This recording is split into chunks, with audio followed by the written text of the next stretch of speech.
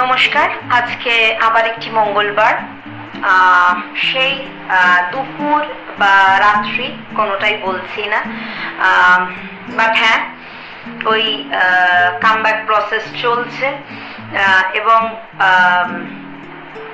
যেটা সবচেয়ে বেশি জরুরি বলে আমার মনে হয়, মনের বিশ্বাস যে হ্যাঁ আমি পারবো। চেষ্টা করছি, আপনারা পাশে থাকলে মনের জোরটা আরো বেশি পাবো এগিয়ে যাওয়ার, এটুকু বলার।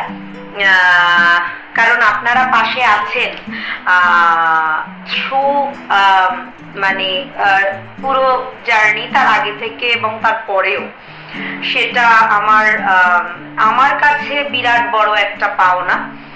এবং সেই আপনাদেরকে সেই কারণে সবার আগে ধন্যবাদ জানানো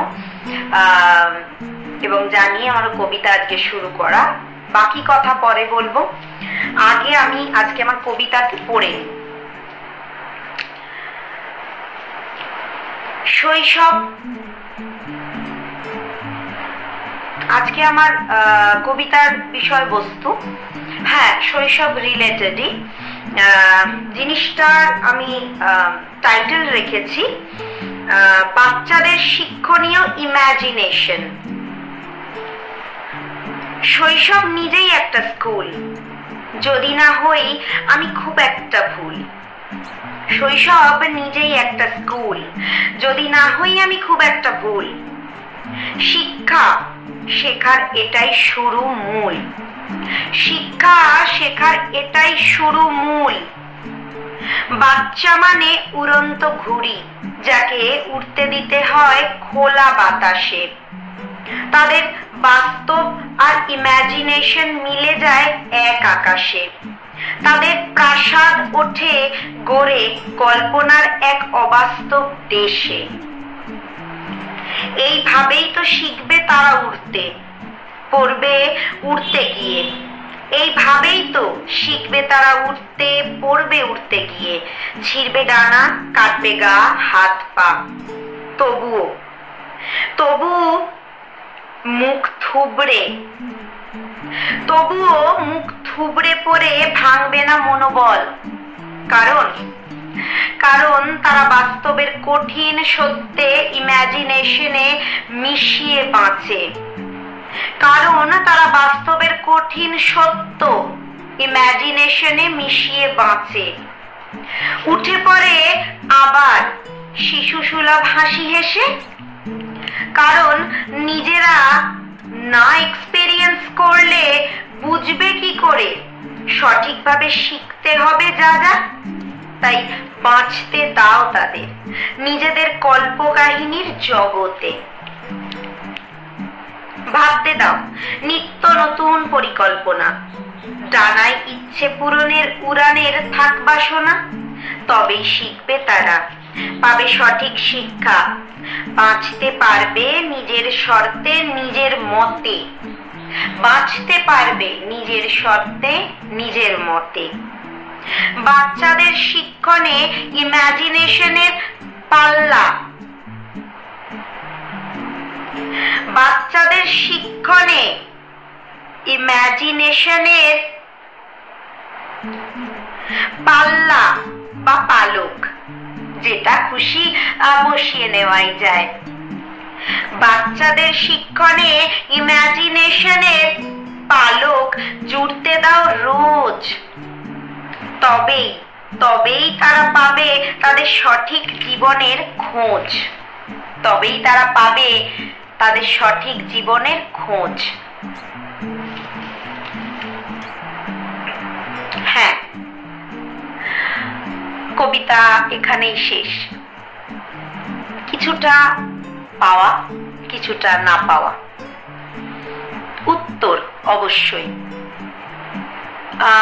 কিছু কিছু জিনিস সম্পূর্ণ শেষ করা যায় না আমার মতে। তবে হ্যাঁ, আমরা চেষ্টা করতে পারি। একটা বাচ্চা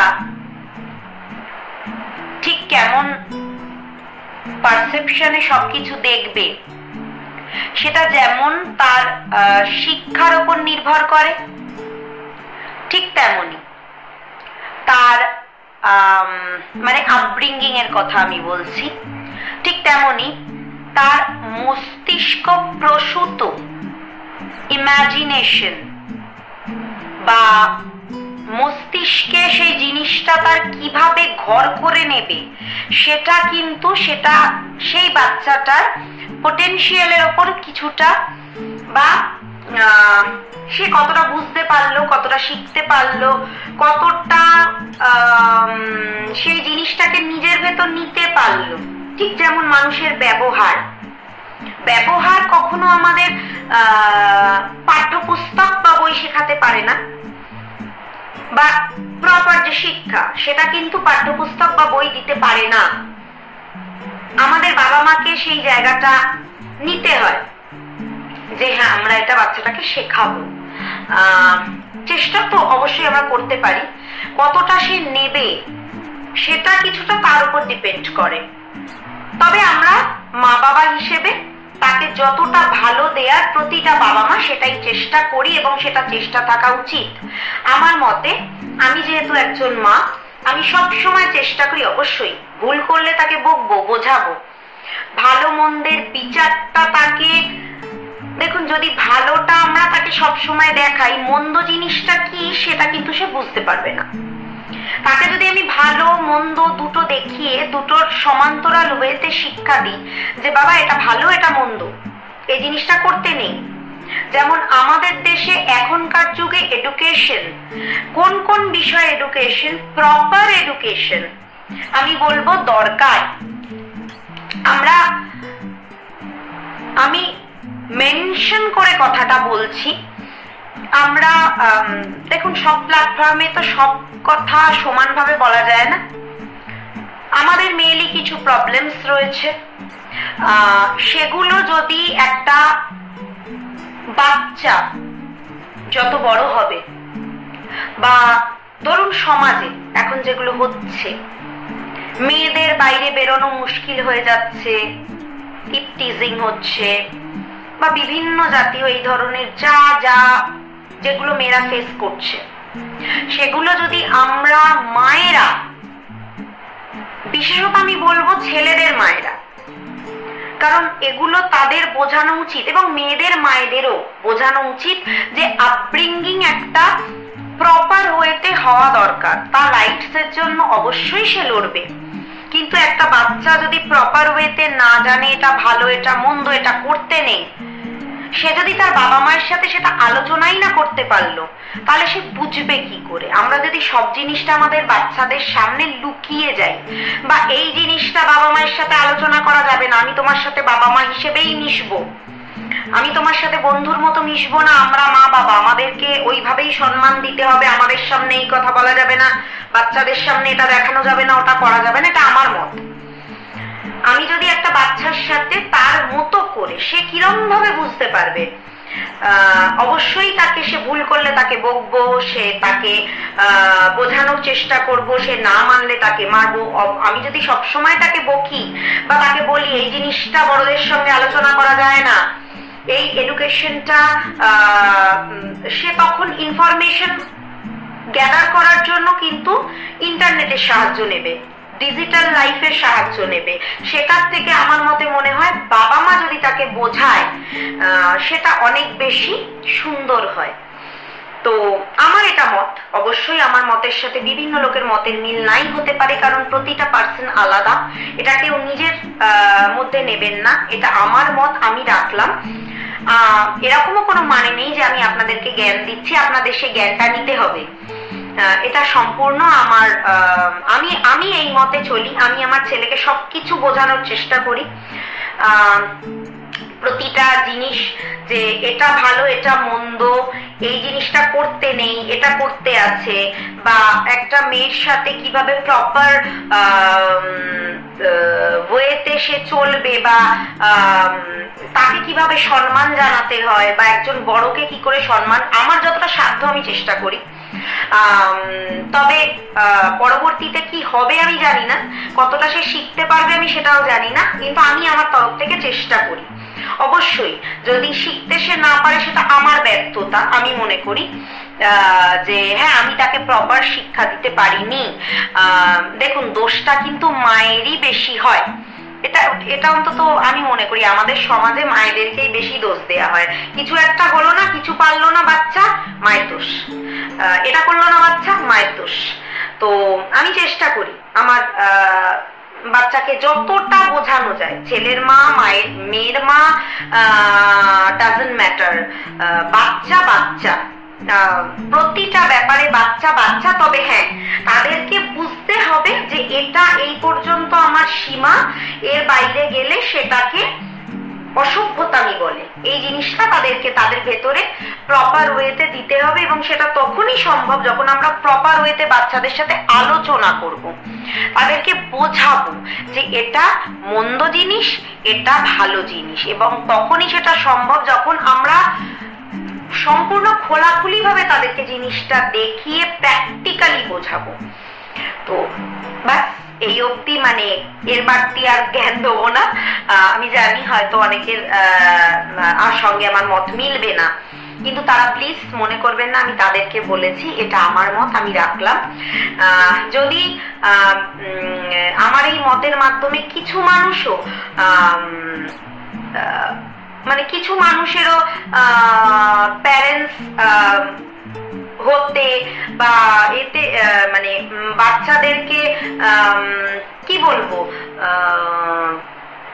বাচ্চাদের আপব্রিঙ্গিং এর যোগদানে যদি এতটুকুনি তাদের মানে ভালো হয়ে থাকে, তাহলে আমি নিজেকে ব্লেসড মনে করব যে আমার কথায় অন্তত আমি কিছুটা হলেও মানে আপনাদেরকে বলেছি, সেটা আপনাদের ভালো লেগেছে, বা আপনারা সেটা নিজেদের লাইফে চেষ্টা করেছেন বা কিছু, মানে এরকম কিছু। মানে অবশ্যই আমি আপনাদেরকে জ্ঞান দিচ্ছি না, আবারও বলছি আমার জ্ঞান খুবই যৎসামান্য, কারণ মানুষ সারা জীবন শেখে, মানুষের কিন্তু শেখার কোনো শেষ নেই। আমি কিন্তু একদমই সর্বজ্ঞ নই, বা কেউই সর্বজ্ঞ নয় একমাত্র ওপরওয়ালা ছাড়া।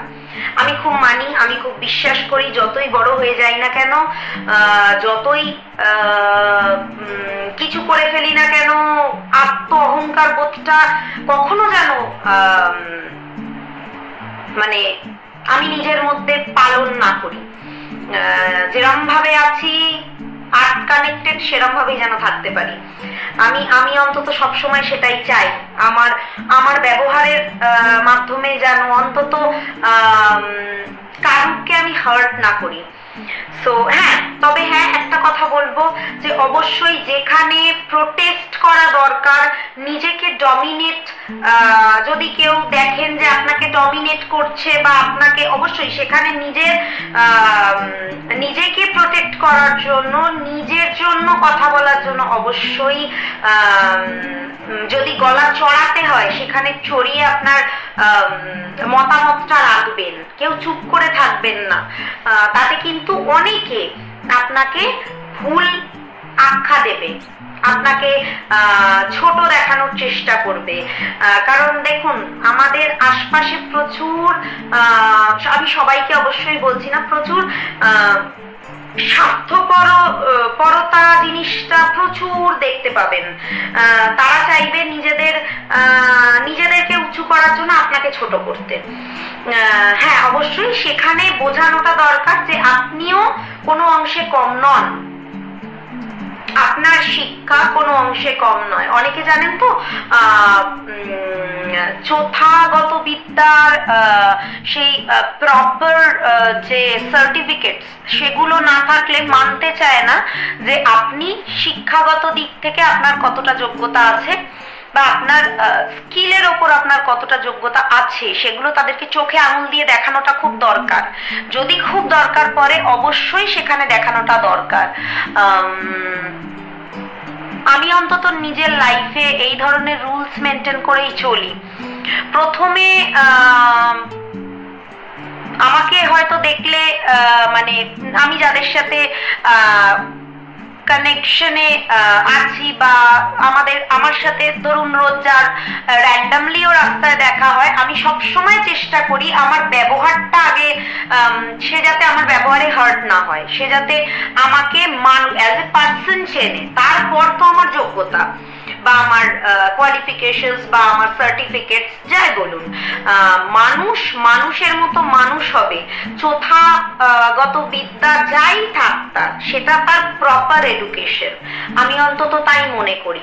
কিন্তু যখন দেখবেন যে আপনার এই ভালো মানুষটাকে মানুষ সবসময় একটা আপনাকে রেসপেক্ট দিতে তাদের অসুবিধে হচ্ছে, আপনাকে তারা ডমিনেট করতে চাইছে, তখন তাদের সামনে কিন্তু নিজের কোয়ালিফিকেশনটা অবশ্যই গলা চড়িয়ে তুলে ধরবেন। এটা অবশ্যই আমি প্রত্যেকটা মানুষের ক্ষেত্রে বলছি, এখন কিন্তু শুধু মেয়েদের সঙ্গে হয় তাই কিন্তু নয়, ছেলেদের সঙ্গেও কিন্তু এটা প্রচুর হয়। এবং আমাদের একটা জেনারেশন গ্যাপ একটা বিরাট জিনিস, যেটা এখন আমি খুব ফিল করি। আমার বিশেষত ম্যারেজের পর, যখন এই যে আপনি কারুর বাড়িতে যান, আপনি একজন অন্যের বাড়ির মেয়ে, তো সেই জিনিসটা, সেই যে একটা মানে আগে যেরকম ছিল যে ছেলের মায়েরা, হ্যাঁ এখনো করে না তা না, প্রচুর এমন সাফার করছে মেয়েরা তার জন্য, এখনো রাইট নাও তারা এখনো, এগুলো একটু ভিলেজ সাইডে বেশি হয়, প্রপার ক্যালকাটাতেও হয়, যারা সেই মানসিকতা, আমার মনে হয় মানসিকতাটা পাল্টানো দরকার। আমি নতুনের সাথে তাল মিলিয়ে চলতে পারবো, আমাকে এরকম মাইন্ড অ্যাডাপ্ট করতে হবে, এবার সেটা সবাই পারে না, সেই জন্যই কিন্তু কথাতে এসছে জেনারেশন গ্যাপ। এই নিয়েও আমার একটা কবিতা আছে, আপনারা যদি চান পুরনো কবিতা আপনারা শুনতে পারেন গিয়ে।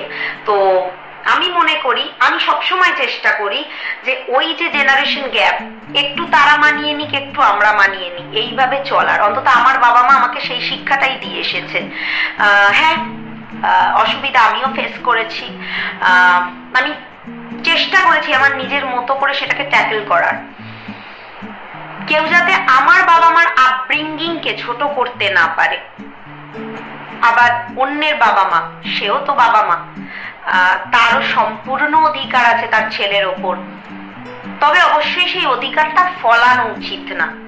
যে হ্যাঁ, একটা অন্য বাড়ির মেয়ে এসেছে, সেও আমাদের কাছে যেমন, আমার ছেলেটাও আমার কাছে যেমন আর কি, আমার অন্য বাড়ির মেয়েটাও সে মেয়ে, তার প্রচুর শখ আহ্লাদ থাকতে পারে, তাকেও কিছু ব্যাপারে ছাড় দিতে হবে, তাহলে সেও মেনে নেবে যে হ্যাঁ সেও তো আমার বাবা মা, তাকেও তো কমফর্ট জোনে যেতে হবে, যে আমি কিছু ভুল করলে তারা আমায় বলতে পারবে। এখনকার যুগের মেয়েদেরও সেটা একটু মানিয়ে নেওয়াটা উচিত, এবং মানিয়ে নেয় না এরকম নয়, কিন্তু উভয় পক্ষে দোষ কিছু কিছু থাকে, যার জন্যই তো তালিটা বাজে, দুটো হাত না হলে তো তালি বাজবে না। তো উভয় পক্ষেরই উচিত নিজেরা এগিয়ে এসে নিজেদের ভুলগুলোকে শুধরে নিয়ে যাতে একটা পিসফুল লাইফ আমরা কাটাতে পারি। অনেকে বিশ্বাস করেন পুনর্জন্ম, অনেকে বিশ্বাস করেন একটাই লাইফ, যাই বিশ্বাস করেন না কেন, আমরা চাই একটা পিসফুল লাইফ কাটাতে। বাস এটুকুই বলা, আর বেশি কিছু বললাম না। প্রচুর প্রচুর প্রচুর জ্ঞান দিয়ে ফেলেছি, অবশ্যই আমাকে জ্ঞানী আখ্যাটা দেবেন না যে আপনি প্রচুর জ্ঞান দেন, আমরা এত জ্ঞান শুনতে চাই না। আসলে কিছু কথা না আপনাদের সাথে বলতে, দেখুন একটা ভিডিও বানানো, আমি সত্যি ভীষণ ভীষণ ভীষণ ক্যামেরা শাই পার্সন। আমি আপনারা হয়তো আমার সামনে বসে থাকলে বা দাঁড়িয়ে থাকলে আমি এত কথা বলতে পারবো কিনা আমার সত্যি এখন একটু নার্ভাস লাগে, যে বলতে পারবো তো। হয়তো এখন আমার সামনে কেউ বসে নেই, আমি নিজেই নিজের ভিডিও বানাচ্ছি, সেই জন্য হয়তো এতগুলো কথা আপনাদের সঙ্গে শেয়ার করতে পারছি, গল্প করতে পারছি। মাঝে মাঝে ভালো লাগে মনের কথাগুলো আপনাদের সাথে শেয়ার করতে। নিজের শারীরিক ব্যাটেলের পরেও, সংসারের প্রচুর কাজের পরে, ছেলের কাজের পরে, বাবা মায়ের দায়িত্বের পরে, সংসারের সব দিক সামলে যখন নিজের জন্য এইটুকুনি সময় আমার মনে হয় নিজের সঙ্গে কাটানোটা খুব দরকার, এবং আমি যখন এই ভিডিওটা করতে বসি না তখন আমি নিজের সঙ্গে একটু সময় কাটাতে পারি। সেই জন্যই আরো ভিডিওর আর মনের কথাগুলো আপনাদের সাথে শেয়ার করতে পারি। আমার মানে ডিজিটাল লাইফে তো আপনারা আমার অদেখা বন্ধু, তো ভালো লাগে কথাগুলো শেয়ার করতে, নিজের মনের ভাবটা বলতে। মানে ধরুন সামনে কেউ নেই, আমি এক নাগাড়ে নিজেই বকে যাচ্ছি, কিন্তু তাও আমি জানি কথাগুলো আপনাদের কাছে গিয়ে পৌঁছবে। তো এই জিনিসটা বেশ ভালো লাগে। আজকে আর বাড়তি কথা বললাম না, আপনারা জানেন। যদি ভালো লাগে অবশ্যই একটা সাবস্ক্রাইব, লাইক, শেয়ার করতে ভুলবেন না বেশি করে, যাতে সবার কাছে আমার কবিতা পৌঁছতে পারে।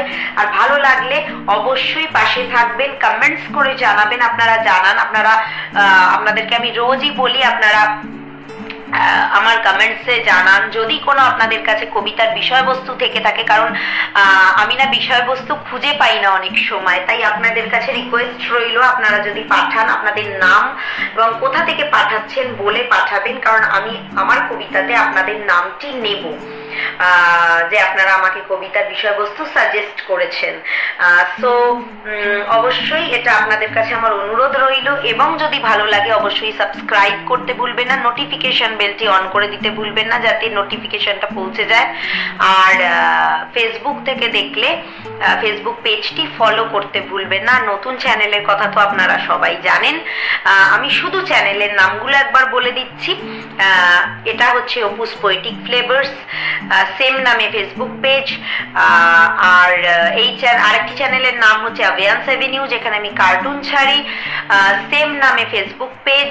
এবং একটি নতুন চ্যানেলের নাম হচ্ছে অর্পিতার গল্পের আর গানের ঝুলি, এবং ফেসবুক পেজের নাম হচ্ছে অর্পিতার গল্পের ঝুলি। আর আরেকটি ফেসবুক পেজ ক্রিয়েটিভ অর্পিতা। এগুলো আপনারা অবশ্যই ভিজিট করতে পারেন যদি আপনাদের ভালো লাগে। ফলো করতে ভুলবেন না, লাইক, শেয়ার, কমেন্টস করতে ভুলবেন না। আজকের জন্য ধন্যবাদ।